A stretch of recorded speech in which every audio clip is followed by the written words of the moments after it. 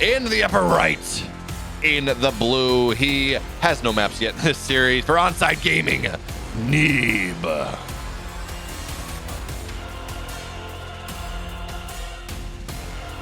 In the bottom left, in the red, the Totalitarian from Storm, GUMIHO.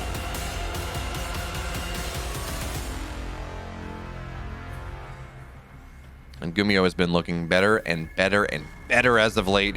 He was in the EPT Korea finals this weekend. Took 2 to 5 games. I'm actually not sure who won. But making finals of EPT Cups. He is in the GSL currently. He is just looking good. So, question now is, what is he looking like in PvT? When he came back, or TVP, when he came back from military, he was doing weird stuff in TVP. Marauder openings on his side of the map. A bunch of other stuff, and he started to normalize a little bit. He's played things a little bit more in a standard way, but still, he doesn't play TVP like Yen does, and he doesn't play TVP like Mara does. He's got his own little bit of a style, and I really don't know how Neeb plays TVP. We don't get to see him a lot.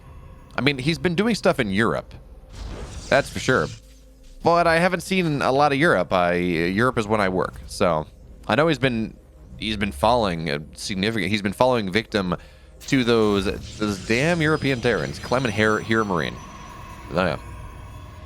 Clem and Hero Marine have been knocking him down fairly significantly, fairly often.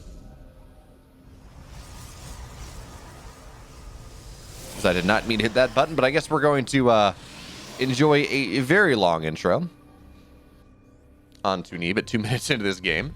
Sorry about that, folks. I accidentally hit a button. I hit a number, and we got on another caster's perspective. And one of those things is there's actually a StarCraft observer bug, where if you're zoomed in and if you're tilted like that, and then you leave the perspective, you kind of get stuck on it. So we just had to wait out the uncomfortably close zoom in to Neeb's base. We can see. There we go. We can see the probe being built out. That's exactly what happens. There we go. About GUMIHO, again, we talk about interesting openings. It's going to be Double Reaper to start for the man. Maybe looking for a little bit more. Is that triple? No, okay. 2 Reaper, 1 Hellion. He's going to maybe look for a little bit of damage. But as the Adepts, they kind of sit here. It's always interesting because Adepts fight Reapers and Hellions pretty well, but so do to Reaper Hellion. They can fight Adepts on occasion. But with the 2 of them here, it doesn't mean that this Reaper, or the Hellion, excuse me, is going to go down very quickly. So really no way of getting in there. But the Reapers, they're going to dive into the main base where there is a wall. So not going to get a lot. Doesn't get a scout on the Oracle, but GUMIHO did commit to the Reapers early. Now, saying that the Hellion is a commitment is really not all that much. All right, the Hellion is not that big of a commitment. It really is just something you do when you're waiting for gas to finish, when you just have some build time on that factory. So losing the Hellion, yeah, it's 100 minerals, but not that bad. As both Reapers have died as well, so it looks like they got 2 workers in the natural, but that is just about that one. And Neeb's going for Phoenix play, which does not, I guess, surprise me too much. I believe back when he was dominant, we would see significant amounts of Phoenix play in all matchups. So I guess that doesn't surprise me all that much. But again, I can't speak to Neeb's form or his play styles, how he wants to approach the series or the matchup right now. And we also have to remember, DreamHack Valencia regionals are happening. So while there are no Terrans in the upper bracket of NA, it is just Astrea, Scarlet, Neeb, and Disc. There will be Terrans theoretically coming up from the lower bracket. So that's what you make happen here, as GUMIHO is going to be able to... Oh, no! He avoids all the Phoenix just like that. Now he's going to get a drop in the main base. Tank Siege is up here, and Phoenix are great. The Phoenix will eventually be able to break this, but these 4 Marines are annoying. Adepts are going to look to shade back in. Lifting up the Marines, Adepts get on top of the tank, and that's just going to be... it could be a dead tank, but it's not going to be right now. Medevac runs away. Probe's going to get pulled just to make sure that they don't lose too much here, but the Medevac does fall down right now. We do see the tanks get lifted. Marines are just trying to kill what they can. 9 workers, 10 workers are going down. It doesn't feel like that was that much damage to start, but it certainly is right now. And on the other side of the map, Oracle dove in, got 2 workers, but died to the Vikings. Great stuff there from GUMIHO on a really weird... Who drops tanks in this matchup? It's just not something that really happens. It's not something that is done.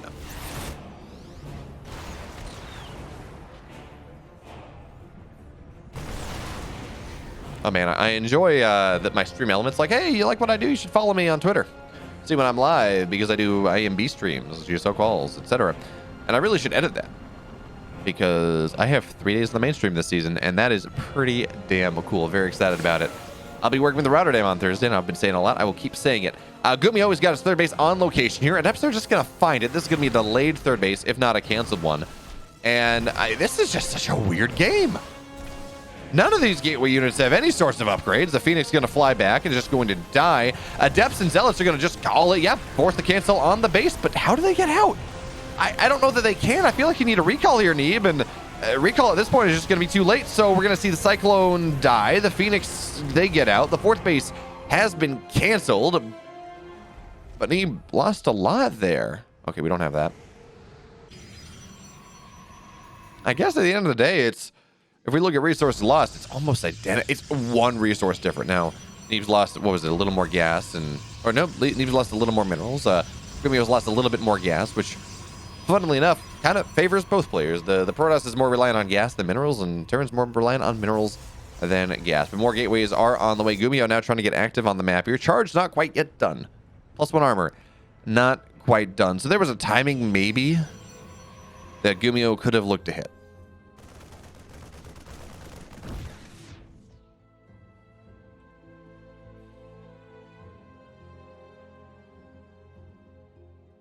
Hey, Siege 412, thanks so much for the follow here.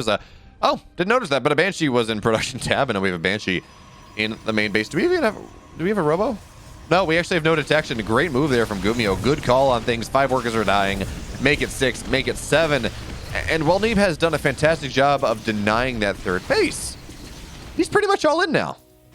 With this army composition here, it is really scary, and GUMIHO's built a wall.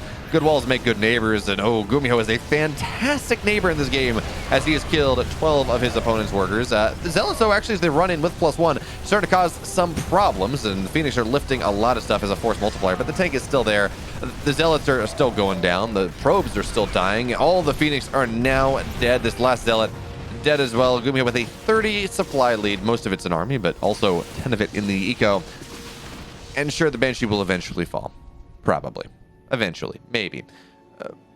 But in that time, GUMIHO finds himself up 6 workers. Finds himself up 30 army supply, 25 army supply, give or take. Whatever the math says. I don't know. I don't do math. And with his stim heinously... Wait, I didn't even... My goodness. It is 8 minutes and 30 seconds of this game, and stim is only just now getting started. What is his main that... It's a 3-1-1. Did he just forget? Huh. I mean, maybe... I'm trying to find some justification here, but even if you do cloaked Banshees, you're not slowed down by that much. And GUMIHO has 600 gas in the bank, so we know it was not a gas problem like that cloaked Banshees would explain. But Oracle... And Phoenix, they're going to try to dive in. They will really not find much of it. They're going to get some SCVs on the transfer going the long way around. I guess locked out.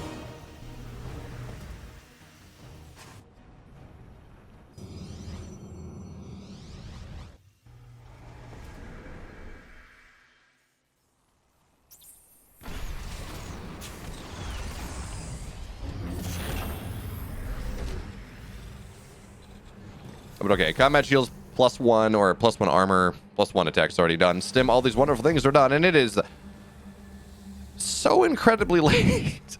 It is so incredibly late compared to how this game normally would be. But it's ready now, and Phoenix is going to fly in. Folks, one Phoenix is maybe a marginally better scout than a hallucinated Phoenix because it doesn't die quite as fast, but still, one is the loneliest number that you'll ever see. Certainly when we look at Phoenix counts. Neeb, his blink is only just now getting started as the fourth base is there, and this game is just, well, all the timings are all kinds of messed up. Outside of GUMIHO's upgrade timings, funnily enough, his upgrade timings are not, they're pretty bad. They're pretty far behind, so I can't even say that one. But now the army of GUMIHO moving out of the map here. It's only 10 army supply lead, actually, and this army from Neeb is somewhat designed to deal with the army that GUMIHO has, but only in certain circumstances, not in a choke like this. That is far too scary. So GUMIHO's going to back up into that choke. Neeb trying to own the high ground as well as he can. Neeb's really going to be looking for those force fields to make sure he can just maintain, ensure that he has some level of just surface area for these Archons for these chargeless. Now, the Oracle, you don't want to lose the Oracle. Not again, not after the first one. So that is going to be that. But GUMIHO has a 2-2 on the way now. Neeb single forge right now, so only +2 attack getting started. But Colossus popping out here one at a time. Extended Thermal Lance. All of these wonderful, wonderful things. Everything that could make a young Protoss happy. But because of the damage that GUMIHO has afflicted, and because Neeb has really not been able to equalize, GUMIHO, his timings are just going to be a little bit faster than what Neeb is ready for, I think. But again, if GUMIHO wastes enough time, if Neeb is able to buy enough time, then we're going to have 4 Colossus on the map. We're going to have 2-2 Protoss. We're going to have eventually Disruptors and Storm and all of these things. And Neeb has shown us a penchant for moving into carriers. He always has had a penchant for moving into carrier plays. What do we have here? Drop on the north side. Really not going to get much done. An Archon and a couple Zealots going to be more than enough for that one. Neeb expanding to take the map at this point, is that Widowmine shot is going to kill a Zealot and damage some others, but really not that big of a deal right now. What do we have? A hallucinated Phoenix right there. GUMIHO only just now getting his 4th base. So Neeb has done a fantastic job of keeping his expansions up and running. His 4th base has been up for a while, 5th base on the way now, so staying 1 base up on the Terran player. When we talk about this style that Neeb is posturing with, not necessarily playing yet, but not necessarily using to full extent, but certainly posturing with, that is a ton of Zealots. He's at 35 Zealots. That is so many Zealots, and you do want to make sure that is almost a Zerg style where you do want to section units off, and you max out, you trade, you max out, you trade, and you keep yourself on 73, 80 probes, and you're pretty happy about that one. EMPs, they hit part of the army, but part of the army is not really enough for right now. Now the Zealots look to run on in on top of the bunker. The bunker goes down, but this Sim City from GUMIHO is so hard for me to really push into, not with the tanks here defensively as well. So Colossus are just going to look for the edge of the tank range, start to knock down, say, missile turrets, things like that. But on the other side, this Widowmine drop actually has found 15 probes. So once again, Neeb's economy is really hurting here. But so long as he's going to be able to maybe find some damage in exchange, he's killed 7 SCVs. The Colossus are doing a great job. EP moves forward, and now we're going to see the command center get lifted. GUMIHO looking like he wants to sally forth here. Now he's going to go on in, but here come the Zealots running forward. EMPs blanket that army, and the Colossus are not the consistent DPS that Neeb needs right now. But here the Bio comes stimming forward once again, so the Colossus continue to fight. Neeb loses, well, units that don't matter as much. As the cannon finishes, Stalker's warping at home. That the Widowmines are dealt with there. He does not lose his Colossus. He does not lose his Disruptors that are even not really yet on the map just yet. He keeps this 5th base alive. So as long as his Chronos are good, he's going to be able to recover his economy eventually. The scary timing is right now, where his economy is really not in the best spot. It's not like he's a massive bank, although in gas he does actually. It looks like he did recall. We're on 4 Colossus now, folks, with 3 Vikings on the field.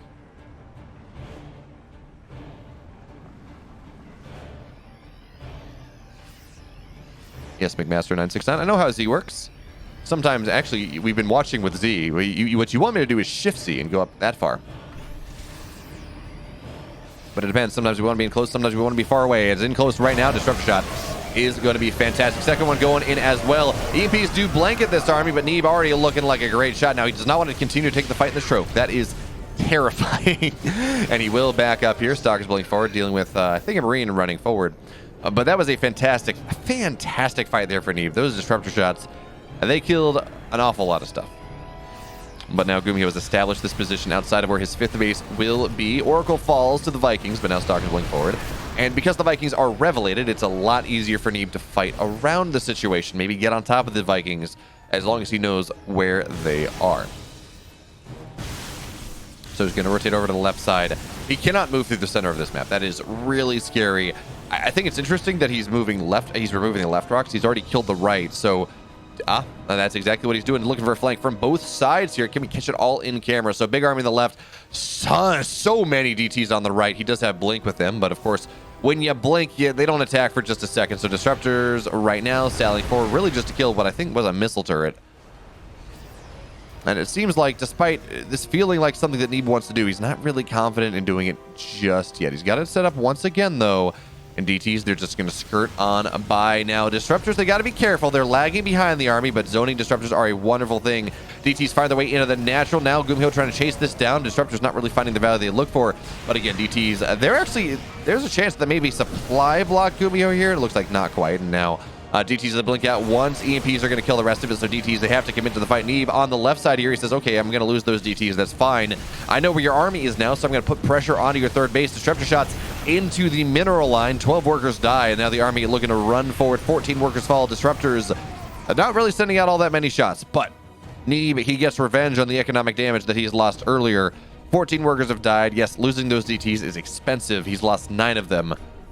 But still, GUMIHO is traded just marginally worse. And as Neeb has been able to really do a good job maintaining this economy despite every... well,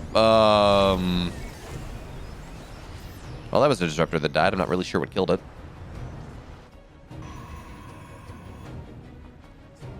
But Neeb moving into 3-3 pretty quickly. GUMIHO will have first mover's advantage on that one. His 3-3 is done now. Neeb's +3 attack in 10 seconds. Armor just a little bit further off. But on Glittering Ashes... This is Neeb here. He's going into carriers, or maybe Tempests. I mean, Tempests are also flexing in a couple Tempests to deal with Liberators is also something that we do see Protoss players do. But for now, GUMIHO running forward. He's going to knock down at least some of those DTs on the left side, or on the right side. On the left, Neeb now running forward. These Colossus have found so much value this game. I don't think that a single Colossus has died, actually. No, it is not. Only 2 Disruptors. Neeb has done such a wonderful job about keeping his tech alive. And as a Protoss player, so long as you keep your tech alive, you are more than happy to trade Zealots away, things like that. Disruptors not just knocking down the sensor tower. But here come the carriers. This late game Skytaw's army is actually really hard for the Terran to deal with unless they are already aware of it and already transitioning the Mass Viking Ghost Liberator, really, is what you need. Disruptor shot going to be decent, but not going to break the game wide open in any way for either player, really. But the trick here for GUMIHO, as far as I can tell, I mean, I don't have the Sky Terran idea or Sky Toss idea totally figured out just yet. It just seems like Terrans die to it a lot. But you need a lot of missile turrets. You need a lot of Vikings. And you need to have an army where you can commit to the army of your opponent and not just trade. Because the Interceptors will always just trade better. Interceptors are cheap. And every time the Vikings run in, if you lose 5 Vikings and do damage to a carrier, it just doesn't work. So you need to have critical mass to be able to one-shot them. And then you have to be very afraid of the Archons. You have to be very afraid of the eventual Storm that Neeb is going to get. Because I don't believe he has it just yet. No, he has every upgrade in the game but Storm, really. And maybe additional Skytoss upgrades. But okay, there we go. Storm is on the way. Extended range Liberators as well, which will... make it harder now for the Disruptors to fight. Now, of course, with 4 Colossus and a bunch of Liberators, Colossus actually do a fairly good job, although range just changed that calculus just a little bit. But GUMIHO, he now has the scout. He says, okay, I see the carrier. I know you're going to go up to 6, ideally, something like that, but I see that there's 1 right now. I know what I'm dealing with. I know what transition I have to make. So, we immediately have Neo Steel plating. We immediately have high-stack auto-tracking going down, making these missile turrets so much more powerful. But Neeb's running in now, and Disruptors actually, they kill static defense pretty well here. Zoning Disruptors everywhere, but now we have GUMIHO who's looking for a damn big surround. 1 carrier on the right, kind of sectioned off here, but not a lot of anti-air right now. It's a big flank coming in from GUMIHO from every side. Interceptors are standing strong. These Colossus are just not dying. The big Destructor shots are just getting enough here to make sure everything works while the Colossus are dominating the skies. Carriers dominating the skies as well. The Vikings are all dead. Neeb found his 1 big fight, and that's all he needed. Neeb, he's up 1. But welcome. Glad you're enjoying the GUMIHO Neeb series, and I mean, it is a fantastic setup. I love that we're seeing Neeb. I'm assuming it's... I'm going to assume, now I don't know, but I'm assuming that Ting just paid him well enough that he didn't feel the need to do these open cups. But the fact that we're seeing him do the open cups now, it's so nice. Because I can get an understanding of what Neeb is doing. And I can watch the man. It's like the rare times we get Scarlet playing an open cup. It's like, great, we get to cast Scarlet. Fantastic. Or, Astrea doing it as well. It's fun to see the top players play in these open cups as they mess around with new styles and they show us things that we maybe have not seen before. I don't know. Now the Reaper finds his way on the main base here. Looks like it's not going to get much of anything, and there are no probes in the natural just yet. So the Reaper forced back. Ooh, this is a quick robo here from Neeb. What you got in store, my friend? Is this some sort of Colossus drop? Disruptor drop? We saw... Oh, man. Who... I cast a PVT for DreamHack NA. Oh, it was Peely Peely. Peely Peely was doing this stuff. He was doing disruptor drops and seemed rather successful. Is this what we got here, Neeb? Are you being a cheeky boy? You dropping some disruptors, some balls? Are you going to drop some balls on GUMIHO's face? Is that what's happening right now?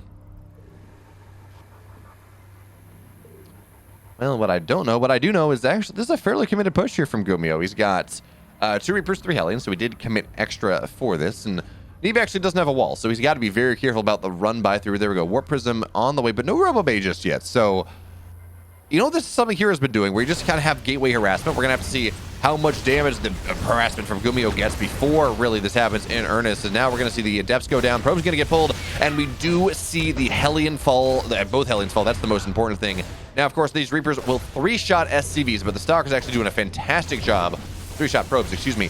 And their Stalkers are doing a fantastic job of zoning only 2 workers. Well, make it 3 now, I guess. Stalker's actually getting a little bit discombobulated there.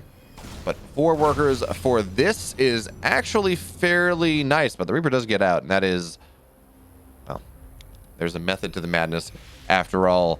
But here comes the one... Yeah, this is a hero build. It's the one gate warp prism pressure. This is not a thing, folks. Don't try this one at home, but if you can make it work, why not? Actually, I guess it's going to be 4 gate because 4 gateways are now here on the way. Nice lock on from the Cyclone, but it's actually not going to get any hull damage, so it doesn't really matter. As the Reaper follows here as well, and 4 Stalkers in a warp prism is actually fantastic. It one-shots SCVs, and that is exactly what Neeb's going to look to do. Drop into the main base here, run into the mineral line, kill a couple SCVs, not lose anything, or just not lose anything too impactful, and then run away. The Hellion, or the addition of the Viking, excuse me, does complicate matters a little bit. So, in fact, Neeb doesn't get much of anything, but he's going to turn this into a 4 gate with a dark... Neeb is just... This is full NA, folks. Neeb is just going full NA here. So he's going to blink on the way. Sure, he's got 4 gates. Sure. But there's a Dark Shrine behind this. And a 3rd base, because why not? At least he's miming that he wants to get a 3rd base, because why not? Why the hell not? Yeah, have your cake and eat it too, Neeb. I would love some cake. I kind of forgot to eat tonight. So maybe after this series, I'm going to go and heat something up, depending on how things are going. Or maybe I just eat my dinner at midnight. Okay, here comes the Stalkers. Blink is not yet done, so Cyclones are still pretty scary to them.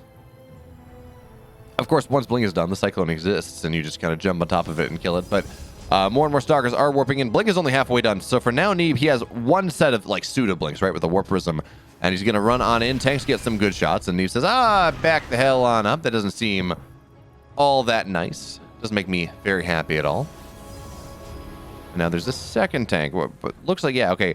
Normally with this hold, you go for 2 tanks, and that's kind of what you're looking for. But DTs warp in. How much vision? How much detection do we have? We have 1 scan in the natural, 1 scan in the main. At least for now, GUMIHO's done a fantastic job of making sure that he is defended. There are 3 tanks here as well. So scan number 1 gets dropped. DT actually just on the high ground to kill a tank, and I do really like that one. And actually, Friendly Fire says it's going to go down anyway. Cyclone as well. Both scans have been dropped, but Blink is behind this. Neeb cannot use his Warp Prism as aggressively as he would like now, as we do see missile turrets on the way. Stalkers blink forward. The tank goes down. The bunker should follow just really with the DT and these Stalkers as Warp Prism goes forward, saving some of the Blink Stalkers. But 7 workers go down. Observer in the main base. And of course, I almost feel like we just need another Warp Prism, because this Warp Prism is not going to be able to get too much for right now. But with all the tanks, at least two-thirds of the tanks going down here. Stalker's now going to get the bunker as it's dead. No saving that one here. Tank's going to siege up on the low ground. Stalkers, they run forward, they run back. As the tank sieges, they blink backwards. But GUMIHO doesn't feel like he's taken enough damage yet. Neeb does have his 3rd... Actually, well, you know, Neeb does have his 3rd base, and this Warp Prism is dead. Nope, it's not. Never mind, good bait there. Good bait there from Neeb. Stalkers blink forward. Kill the Viking. But now GUMIHO feeling comfortable enough that he does have a drop going out here onto the other side of the map. Of course, Neeb with his... Well, actually, his Colossus is not out yet. It will be out soon. This is such an interesting pressure build coming out from our North American Protoss, where it does feel like he's had his cake and he's eaten it too. So quick third, decently timed third base. A little slow, but not incredible. Not incredibly slow. He has Blink Stalkers. He has DTs. He has Colossus out here now. His charge is finishing up soon enough by the time that GUMIHO ever wants to make a push. And he has certainly secured himself the mid game. But now here comes the army of GUMIHO stimming forward. And that's a lot of Stalkers, though, GUMIHO. You don't really have medevacs. Got to be careful for that one. Is the drop on the other side of the map stims in, knocks down the shield battery to start. 8 probes have died. The probes running desperately away. 14 fall. And that's an equalizer. 16 fall. That's an equalizer indeed. That drop, we talked about how well prepared Neeb kind of was for it.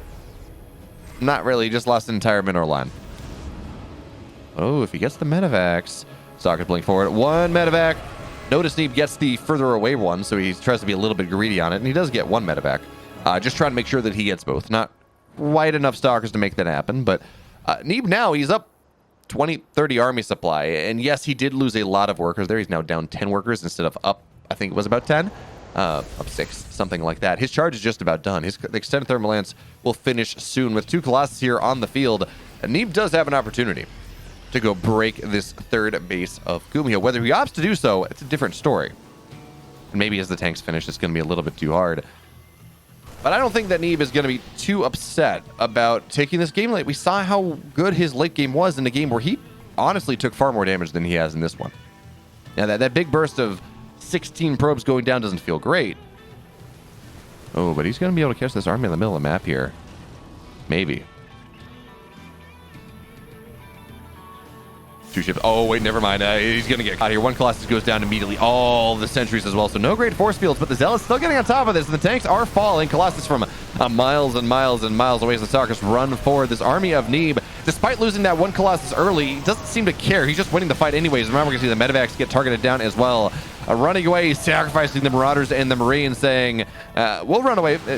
Holding action. Try not to die, but Zealous warping into the main base as well, so 4 workers have died. And now with this Colossus, these Stalkers as well, GUMIHO's got to give up this third base. It wasn't looking great for Neeb. Losing a Colossus at the start of a fight never looks good, but the rest of the medevacs, they fall here as well. Looks like the Stalkers are not going to be able to kill this base. And I think the Zealots have died. Oh, I can't believe this Warp Prism's still alive.